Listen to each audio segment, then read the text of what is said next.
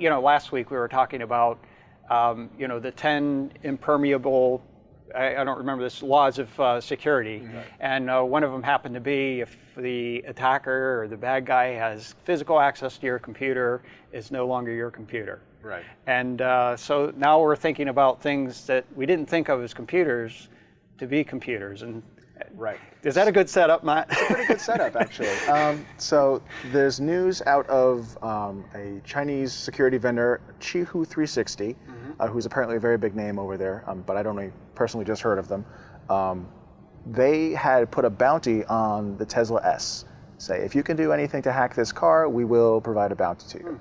And apparently at their latest conference in China, someone managed to gain control of some of the peripherals inside the car, the roof, the moonroof thing that opens up. Okay. I can't think of the word for it. Yeah, sunroof. Sunroof, thank you. Moonroof, sunroof. It depends on whether it's day or night. Exactly. Very, very good point. I believe the lights, other things like that. So basically control of the motor systems of the car that had nothing to do with driving the car. But they haven't given the details out as to exactly how this has been done. So at this point, it's speculation.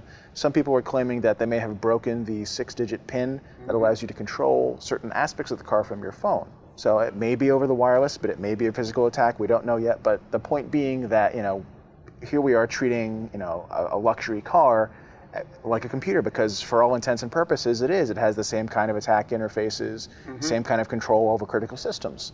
So, I mean, like you said, if someone has physical access to your car or close proximity that's, equivalent to, you can control this car and do all sorts of terrible things with it. This is not exactly a new space for attack, but the Tesla S being a very well-known, high-value car, this is kind of important. It actually reminded me of a book that just came out, the Car Hacker's Handbook, which I believe is free on opengarages.org. And it's actually got some really good information about the different types of systems you find inside modern cars.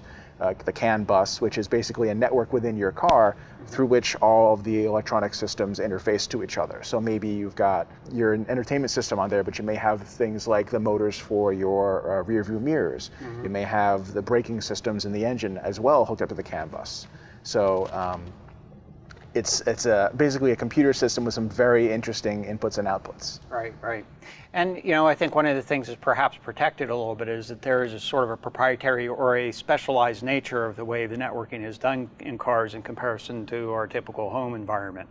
So a little less accessible from a hacking standpoint, but once you are vested in the opportunity to do that hacking, perhaps some of the other attributes, the security attributes, perhaps are not as strong as some others because they are relatively specialized, and they're maybe a little bit banking on that. It's sort of the security through obscurity kind of philosophy. Right. I'm speculating to some extent, but there's a reasonable chance that that's.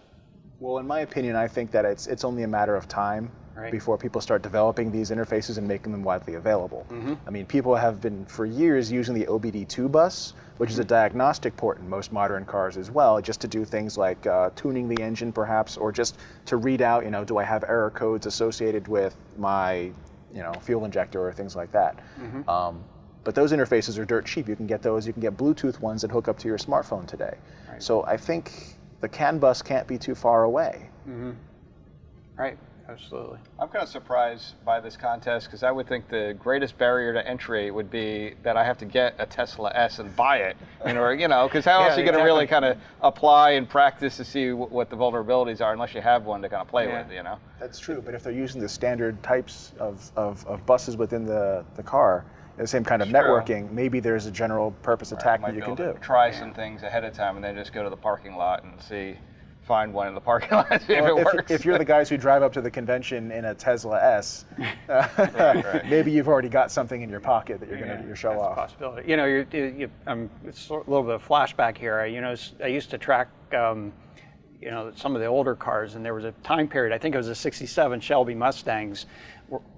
Hertz was renting those for a period of time, and there were lots of stories about people renting it and literally welding roll bars in it, running it in a race, and then taking it back out and sending it back. So I'm not suggesting anybody could go out and rent a Tesla and then see if they can hack into it. But the barrier to entry might not be quite as big as actually buying it. Good point.